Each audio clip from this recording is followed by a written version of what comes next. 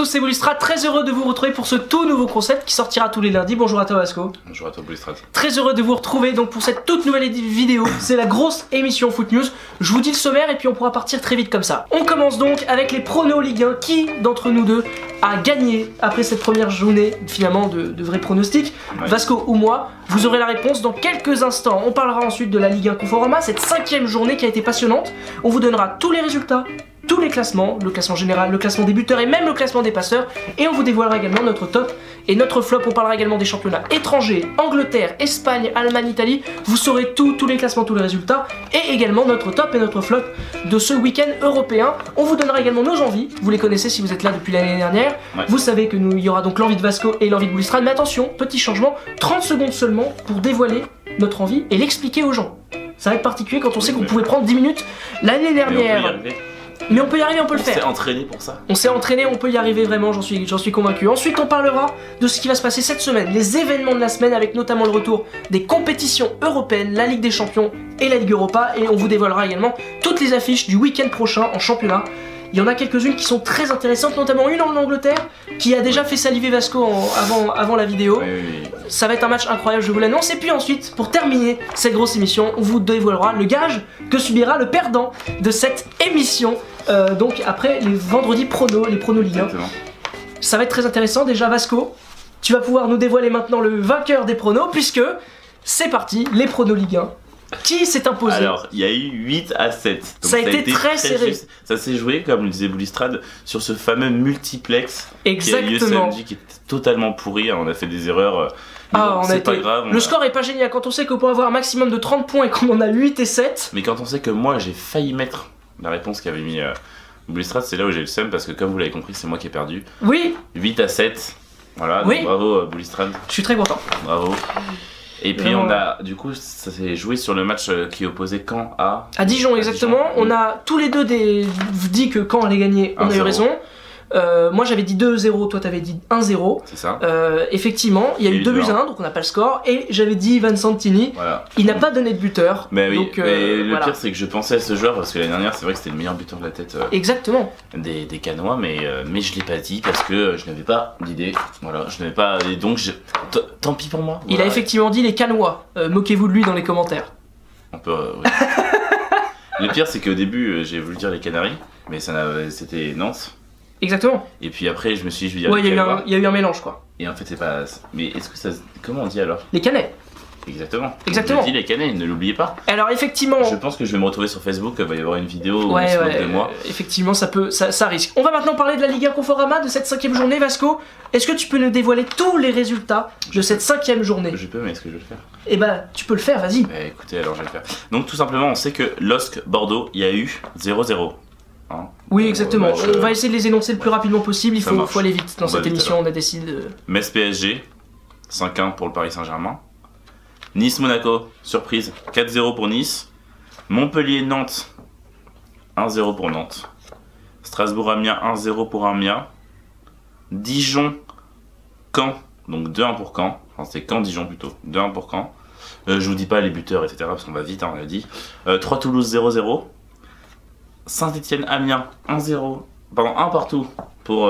Quelle erreur. 1 partout pour Saint-Etienne et Amiens, voilà. Il n'y a rien d'autre à dire. OL Guingamp, 2-1, avec un but du fils de Thuram. Bon, j'ai dit que je disais pas les buteurs, mais là je le dis parce que c'est le fils de Thuram. Et il a fait la célébration comme ça. Il a fait la célébration comme ça. Et ensuite, le match du dimanche soir. Ce magnifique match que l'on attend tous. OM Rennes. Bah 3 buts 1 pour Rennes. Bon, on va passer au classement tout de suite. Le Paris Saint-Germain est donc leader de cette Ligue 1 Conforama déjà avec 3 points d'avance, 15 points devant l'AS Monaco, 12 points. Lyon remonte à la 3e place avec 11 unités. La très bonne opération évidemment, c'est pour les Niçois et les Rennais qui en 11e et 14e position remontent finalement dans ce classement de Ligue 1.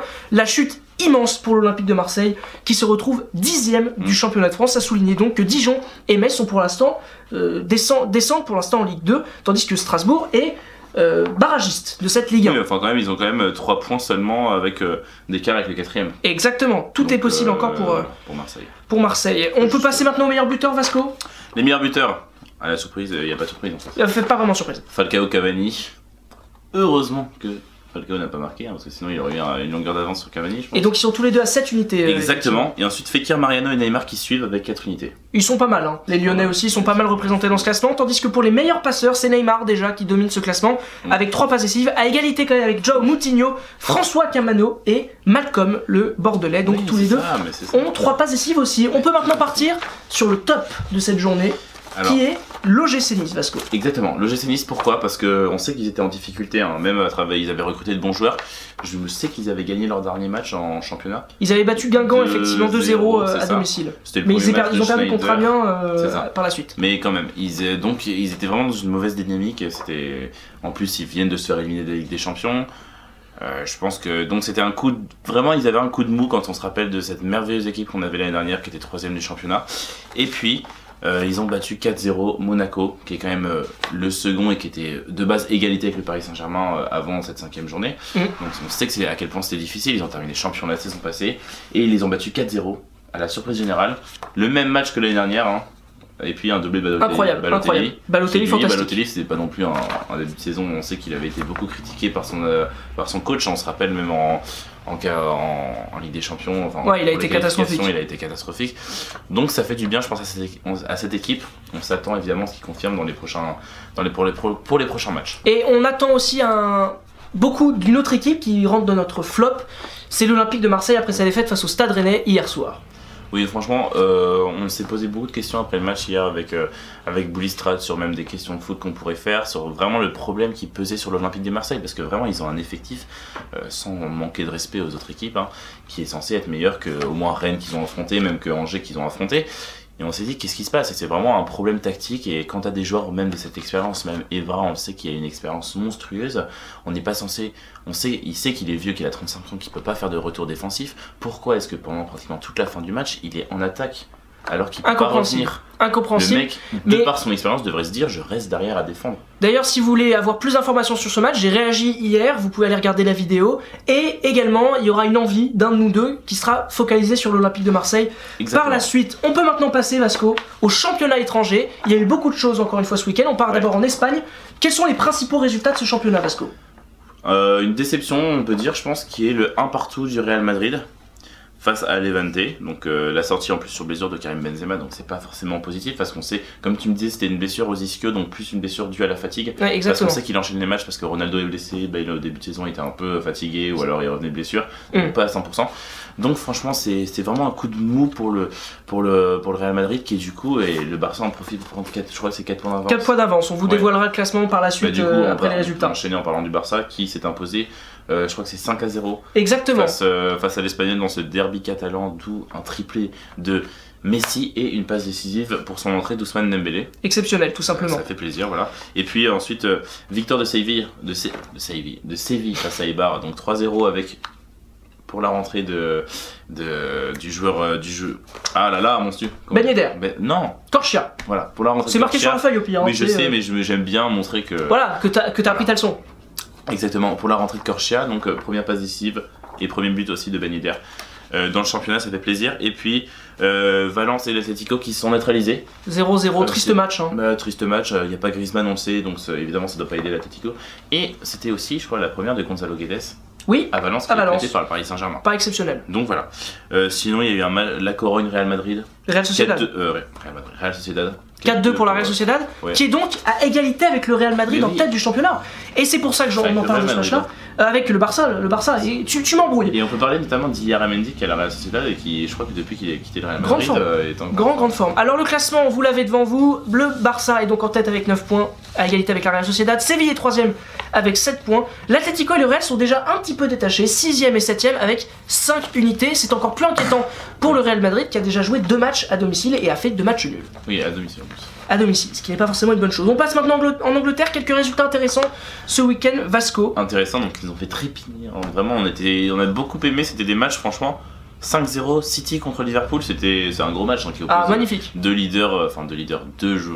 équipes des meilleures équipes du championnat d'Angleterre, avec notamment l'exclusion de Mané qui font un sale coup de pied dans la figure d'Ederson, le gardien de Manchester City. Ensuite Leicester-Chelsea, 2-1 pour Chelsea avec un but de Kanté notamment, un très beau but. Ouais, superbe frappe à l'extérieur de la surface. Everton-Tottenham, 3-0 pour Tottenham. avec un doublé de Kane. Bon, c'était pas la première de Serge Aurier, malheureusement, on aurait aimé le voir là. Et puis ensuite Stoke Manchester United 2-2. Du coup c'est dommage parce que maintenant United qui avait de l'avance et qui était premier du championnat sur City se retrouve du coup à égalité avec City. Exactement, les deux Manchester sont en tête du classement avec 10 points, Chelsea est juste derrière avec 9 points, 3ème, Tottenham est 5ème avec 7 points, Liverpool redescend à la 8ème place et puis Arsenal qui a pourtant gagné ce week-end 3-0 avec un sublime but de Lacazette et n'est que 11ème de Première Ligue, début de saison très compliqué pour les Gunners. Il va falloir qu'ils se relancent. Défaite à Liverpool, va falloir vite va falloir réparer tout ça à Arsenal. C'est ce qui arrive en plus ce week-end. Exactement, c'est sûr que là on salive déjà. Italie, quels sont les résultats intéressants ce week-end en Italie? L'Italie, on sait la lourde défaite de l'AC Milan 4-1 face à la Lazio, dont un triplé d'Immobilier. Exactement. Qui a fait un très beau match. On se rappelle en plus qu'ils ont perdu un de leurs éléments très importants, Keita qui est parti à Monaco. Mais ils ont su lever la tête et ils sont imposés face à cette censée être grande équipe de l'AC favori Milan. Peut-être de la saison. Mais même nouvelle équipe de l'AC Milan. Exactement. Qui nous faisait saliver pendant le mercato. Ensuite une victoire de l'Inter. Oui. 2-0 avec encore un but d'Icardi. Exactement, il a été parfait sur penalty ce but là. Et ensuite Juventus Chievo 3-0 pour la Juventus. Ça marquait notamment de la première titularisation de Matuidi en Italie d'ailleurs qui a régalé, j'ai vu dans les médias. Il a été très très fort effectivement ce match là. Il a été adoubé entre guillemets, en tout cas ils l'ont bien aimé, et notamment Dybala qui a encore marqué. Et on peut également souligner la victoire du Napoli à l'extérieur 3-0 sur la pelouse de Bologne. Cela fait donc qu'en Italie après 3 journées il y a déjà un trio en tête de ce championnat. La Juventus, l'Inter et le Napoli sans faute, 9 points chacun, monstrueux tout simplement. L'AS Rome par contre est très faible en ce début de saison, ils ne sont que 10ème. Ça fait mal quand on sait la saison qu'ils faisaient l'année dernière. Mais bon. C'est vrai que c'est pas évident, on peut maintenant partir en Allemagne avec 3 petits matchs qui nous ont intéressés ce week-end en Allemagne. Oui, notamment une défaite de Bayern Munich 2-0 face à l'ancienne équipe de Süle. Oui, Offenheim, voilà. Et on retient d'ailleurs que Süle n'a pas le droit, je crois, dans son contrat, il y a une clause. Il peut pas jouer contre Offenheim. Bref. Ensuite, bon, malheureusement Dortmund n'en a pas profité pour passer devant le Bayern Munich. Ils sont tenus en échec 0-0 face à Fribourg. Donc c'est assez dommage pour Dortmund. Et puis Hambourg-Leipzig, 2-0 pour Leipzig. Forcément, avec prochain adversaire de Monaco notamment. Ben oui, on attend que ça, on veut voir ça, on veut voir ce que fait Augustin aussi en Allemagne. Et donc dans le classement, les 3 équipes qu'on regarde évidemment, Dortmund est en tête, leader avec 7 points. Le Bayern est donc derrière, 6 points, tout comme le RB Leipzig. On peut maintenant partir sur nos tops et nos flops de ce week-end européen. Notre top, tout simplement, on a décidé... ça s'est résumé à un seul joueur qui est Ousmane Dembélé pour sa première passe décisive. On l'encourage à faire mieux et à faire mieux que Neymar au FC Barcelone. Notamment lors du prochain match du Barça en Ligue des Champions dont on va vous parler juste après. Ensuite, le flop... C'est Liverpool. 5-0 défaite. C'est lourd quand même. Quand on sait qu'ils ont battu 5-0 Arsenal. Ben pourquoi perdre 5-0 contre City? C'est compliqué. Voilà. L'exclusion de Mané a quand même pas mal aidé. En fait, on parle des problèmes défensifs de Marseille, et ben on peut parler des problèmes défensifs de City, de Liverpool. Effectivement, il y en a beaucoup. On passe maintenant aux envies, et ça me fait plaisir. Les envies, donc d'abord celle de Vasco. Je prends mon cellulaire pour faire un chronomètre de 30 secondes. Bon, ça durera pas longtemps, parce que je sais à peu près, c'est très rapide ce que j'ai à dire. Est-ce que tu peux donc nous dévoiler, Vasco, maintenant ton envie, c'est parti. Mon envie, ce serait que notre cher Unai Emery reste en 4-2-3-1 cette saison, voilà, parce qu'il y a beaucoup d'attaquants, et aussi de gérer cet effectif plein de stars, plein de joueurs offensifs, et d'essayer de faire tourner, et de faire confiance à des joueurs, et de faire tourner surtout, tourner l'effectif. Et alors 13 secondes, c'est parfait, c'est impeccable. Je vais essayer de faire mieux. Ça va être compliqué parce que moi mon problème est plus compliqué. C'est évidemment l'Olympique de Marseille. C'est parti, l'Olympique de Marseille doit changer de tactique, de schéma. Je pense que l'Olympique de Marseille n'a pas les joueurs pour le 4-3-3, n'a pas la qualité tout simplement pour le faire. Ils ne peuvent plus se permettre d'avoir la possession. Ils ont des joueurs d'espace, Thauvin, Payet, Germain, Mitroglou pourrait être intéressant dans un système qui ressemblerait au 4-4-2. J'ai déjà perdu, effectivement. Mais bon, on va quand même continuer un petit peu.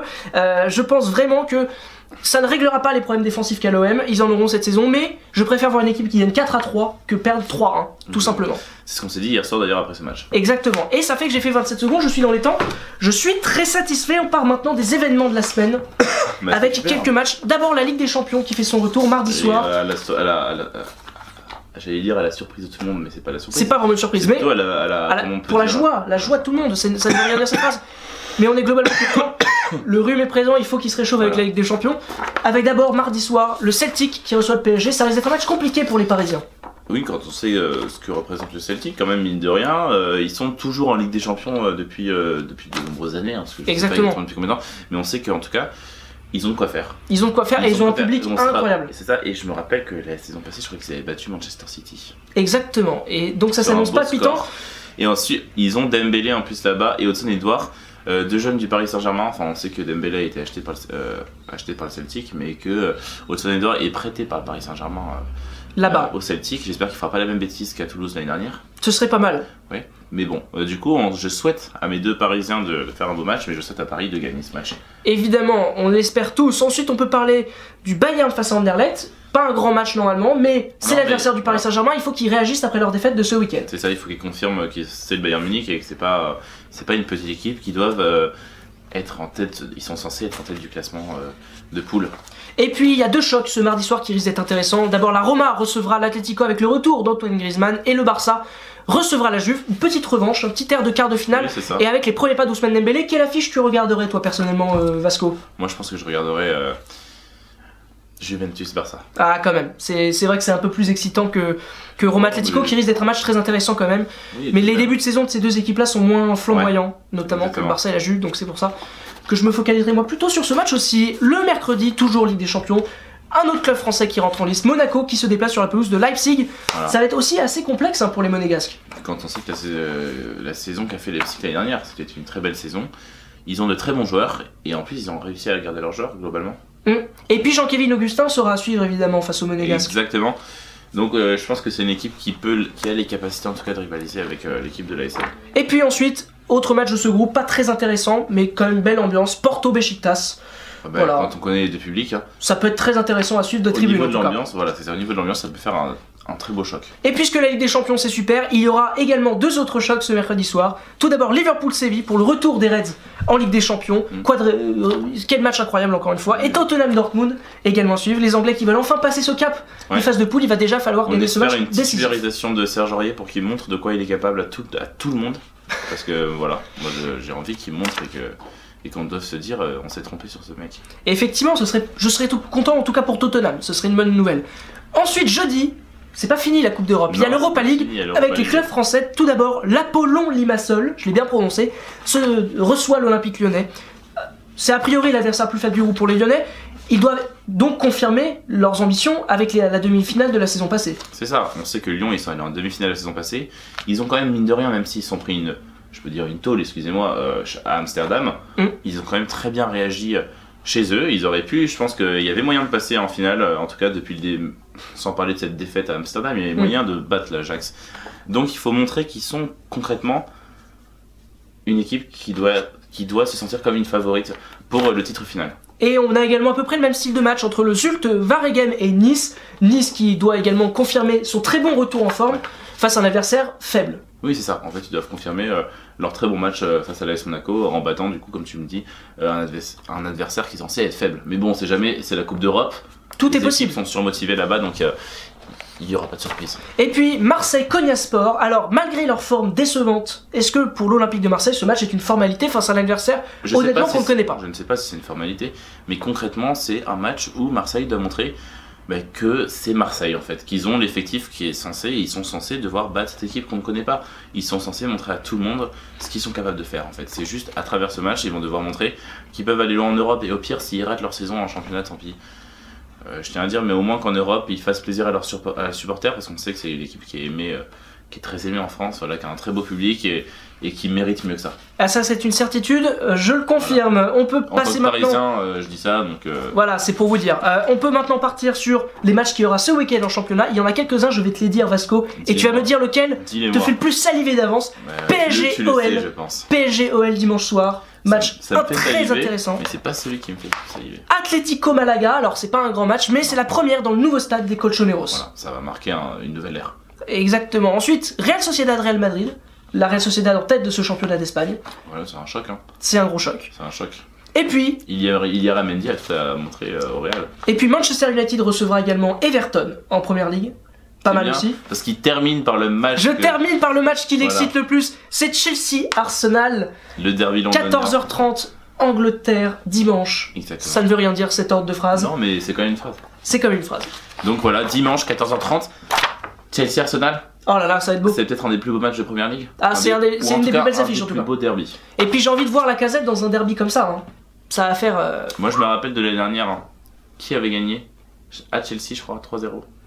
Je sais plus, mais en tout cas je sais qu'Arsenal a gagné en finale face à Chelsea Oui, l'année mais ils dernière. avaient gagné le match aller l'année Oui, dernière. il est possible aussi. Mais je me C'est souviens possible. plus, je crois que c'est 3-0 ou aussi. Enfin bon, il y avait eu un truc Ah, effectivement c'était pour ces deux 3-0, équipes là. 3-0, oui. Et alors maintenant, on finit par le gage. Finissons. Ah mince, j'avais oublié. C'est Et là, je le m'en vais. meilleur Je moment vous souhaite de cette une belle vidéo, journée. puisque donc je vous le rappelle, je me suis imposé pour ces premiers pronostics. Vous pouvez regarder notre vidéo qui sortira vendredi pour la vidéo est suite. trop long, on doit couper, je suis désolé. hein. Non, Pas de non, gage. on va faire le gage. Tout de suite. Il n'y a qu'un point d'écart, Vasco. Oui, c'est vrai. Ok, il n'y a qu'un point d'écart. Donc tu vas devoir prendre un truc. Tu vas devoir manger un truc. Plutôt boire un truc. Bon. Une cuillère. Ça va une cuillère. Une cuillère pour prendre un yaourt, tu vois, une cuillère normale. De Tabasco. Du rouge? Ah bah du Tabasco quoi. Ok, j'en mange tout le temps donc ça me dérange pas. Ça va. Allez. C'est plutôt sympa, il y a qu'un point d'écart et les pronos n'ont pas été bons donc Ouais. j'espère que vous avez apprécié cette vidéo. Ah, mais je le fais pas devant la caméra? Non, tu le fais pour les vendredis D'accord. pronos de la semaine qui arrive. Ok, ça marche. Ça va être pas mal. J'espère que vous avez apprécié cette vidéo. Merci beaucoup Vasco. Mais merci à toi. J'espère que vous avez apprécié cette vidéo. émission, même surtout. Cette émission. Malgré la vidéo. Ouais. Parce que quand même, on a un peu travaillé dessus, on l'a préparé. Vous vous rendez compte, Eh, c'est quand même. Y a pas rien marqué hein. Mais c'est notre seconde année quand même qu'on commence à faire ça, donc on a encore besoin de travail et de se montrer, mais on a en tout cas un très bon présentateur. Oh merci. Et on a un Futur consultant de qualité. Oui, mais voilà, moi franchement, je pense que il faut me voir après un match où j'ai beaucoup plus d'arguments, beaucoup plus de choses à dire. Et puis C'est beaucoup vrai. plus énervé aussi. Exactement. Mais c'est pour ça que c'est le prochain présentateur de Beansport qui va me faire rentrer en douce à Beansport pour devenir consultant, et on partira faire tous les matchs de la Ligue des Champions. On le souhaite. Mais Ça va bon, être énorme. comme Beansport l'année prochaine, ils n'ont plus la Ligue des Champions, on ira chez SFR Sport. Oui, SFR Sport, recrutez-nous s'il vous plaît. Merci beaucoup d'avoir regardé cette vidéo. À la prochaine sur la chaîne Foot News.